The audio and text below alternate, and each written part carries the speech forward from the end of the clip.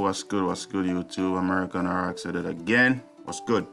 Shout out to the subscribers. Thank you for subscribing.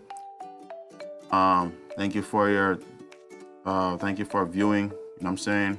Really appreciative of all of that. Just keep the fire blazing, you know what I'm saying?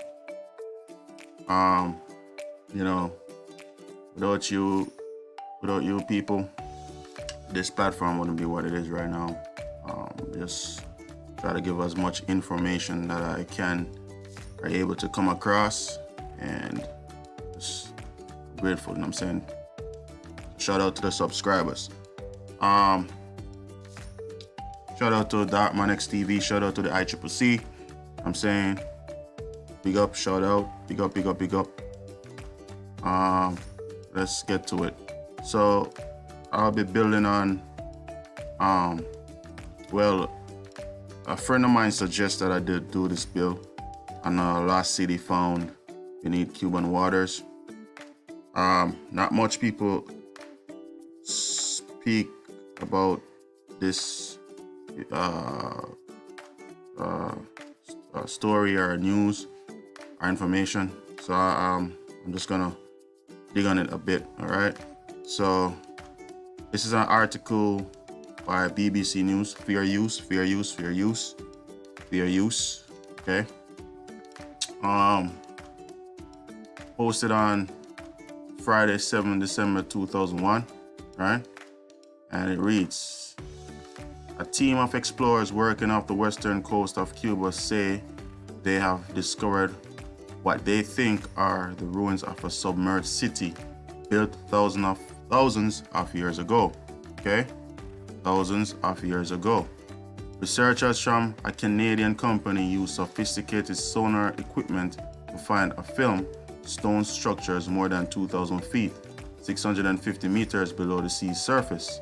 They say they still do not understand the exact nature of their discovery and plan to start a thorough analysis of the site off the tip of Guanahacabibes Peninsula in January. Advanced Digital Communications, in one of four firms working in a joint venture with President Fidel Castro government to explore Cuban waters, which holds hundreds of treasures-laden ships from Spanish colonial era. Robot scanner. The explorers first spotted the underwater city last year when scanning equipment started to produce images of a symmetrical, organized stone structure reminiscent of an urban development. In July, the researchers returned to the site with an explorative robot device capable of highly advanced underwater filming work. So this is a quote from Paulina Zalitsky. It's a really wonderful structure which really looks like it could have been a large urban center. Okay, so what they're saying is like it's an urban center, city, underwater city. Okay. The images the robot brought back confirmed the presence of a huge smooth blocks with the appearance of a cut granite. Right. We have a lot of granite in the Caribbean. All right. Some of the blocks were built in pyramid shapes. Others were circular. Researchers said, okay, this is what they said. They believe these formations could have been built more than 6,000 years ago, a date which precedes the Great Pyramids of Egypt by 1,500 years. Okay, people? So this is another nail in the coffin of the Pan-African people. I think everything was made in Africa, because they're saying that these pyramids predates the Egyptian Giza pyramids, which I know those are probably were built recently, you know what I'm saying, by them, I don't know, but I've seen pictures where they construct the Sphinx. All right, I've seen pictures of those. Okay, So that's recently, like in the 20s or stuff, or 30s. I'm saying early 1900s. So all that is a ploy, all right? So they're saying these pyramids are 1,500 years older than the ones in North Africa, Egypt. Okay, so if that's the case, then what does that tell you? That tell you that this side of the planet, right, the Americas, is more ancient in terms of civilization than over there. Okay, all right. It's a really wonderful structure which really looks like it could have been a large urban center, ADC explorer Paulina Zelinsky told the Reuters. However, it would be totally irresponsible to say what it was before we have evidence, all right? So, just to, reaffirm what I just read, I'm just gonna go over to Wikipedia real quick. These are the pictures of some of the pyramids they have seen, images, okay? This is what it looks like, okay? These are what the people look like, okay, under the water. Those look like Negroes to me, okay? Those look like the original Indians to me, if you ask me, okay? These are images, okay? One image right here, right? These are images of the underwater city, okay? Off the coast of Cuba. All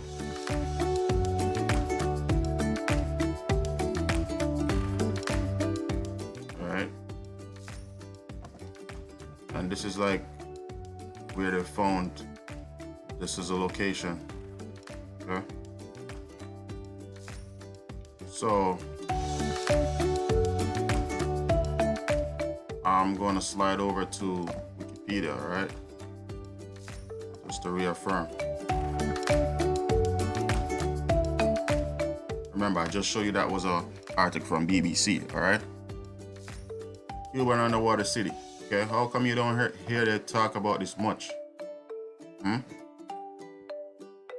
Sonar images interpreted as being symmetrical and geometric stone structures resembling an urban complex were first recorded in early 2001, covering an area of 2 square kilometers, right?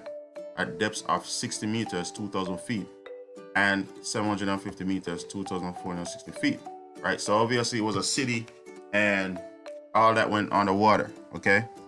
There's a lot of stories about Atlantis sinking and all that stuff. This was like in the where the Caribbean era was once where they called Atlantis or Atlan, you know what I'm saying? So it's very likely, you know what I'm saying? Because they discovered the city. And also the Bermuda Triangle is another area you should you could research too, you know what I'm saying? The discovery was reported by Pauline Zelinsky, a marine engineer, and her husband Paul Wig, owners of a Canadian company called Advanced Digital Communications, working on an exploration and survey mission in conjunction with the Cuban government. The team returned to the site a second time with an underwater remote vehicle that filmed sonar images, right, interpreted as various pyramids and circular structures made out of massive smooth blocks of stone that resembles hewn granite. Zelinsky said it's a really wonderful structure which really looks like it could have been a large urban. So this is what, same thing I just read not too long in BBC report article. After studying the images, National Geographic senior editor Dan Ichaev said they are interesting anomalies, right? So I know it's an anomaly, but that's as much as anyone can say right now. But I'm no expert on sonar, and until we are able to actually go down there and see, it will be difficult to characterize them. Professor of oceanography Robert Ballard was quoted saying, "That's too deep. I'd be surprised if it was human. You have to ask yourself, how did it get there? I've looked at a lot of sonar images in my life, and it can be sort of like looking at an ink blot. People can sometimes see what they want to see. I just wait for a bit more data, okay? So, you know, that's them trying to doubt that it's an underwater city, okay? Marine geologist Manuel Iturralde called for more samples before drawing a conclusion about the site, saying the results so far were very unusual. Okay, so he estimated that it would have taken 50,000 years for such structures to have sunken to the depth at which they were said to be found, stated that none of the known countries living that long ago had the ability to build such structures. Okay, so this is what they always try to say when they're trying to, whenever new information is presented and it debunks their Darwin's theory. Okay, because it's not the narrative that they are accustomed to. Okay, so you know, this is just a build on just keep you aware that this did happen. They did find it. They did find they did find a underwater city off the coast of Cuba, and they say it predates the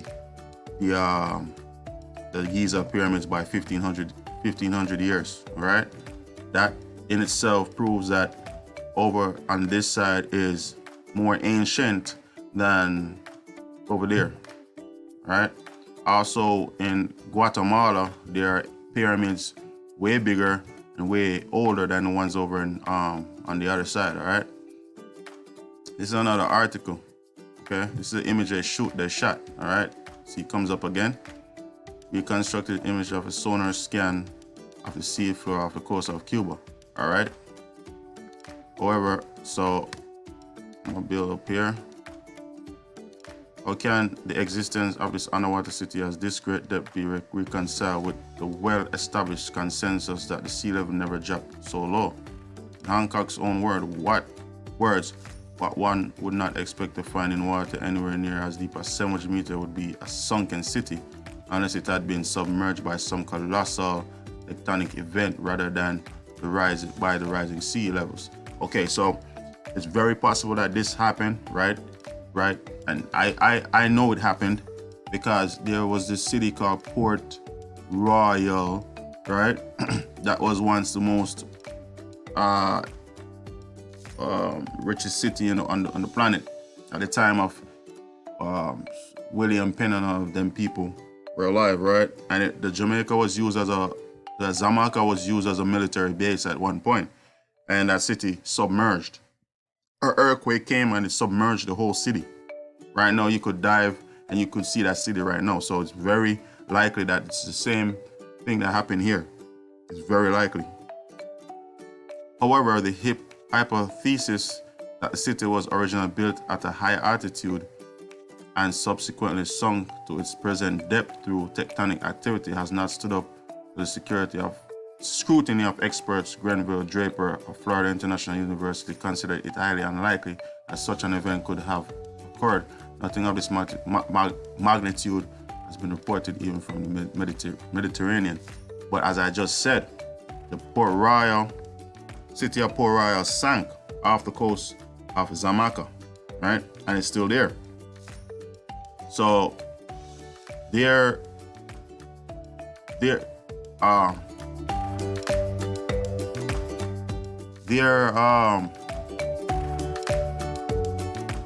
their comment means nothing, okay? Because it's a proven fact that there was a landmass where the Caribbean is over in this area right here, and you could see like if you look from an aerial image, you could see the land under the water, okay? So their opinions means nothing. It's just the truth, right? So I just wanted to build on that a bit so you guys could understand that the Caribbean is the archipelago of the Americas.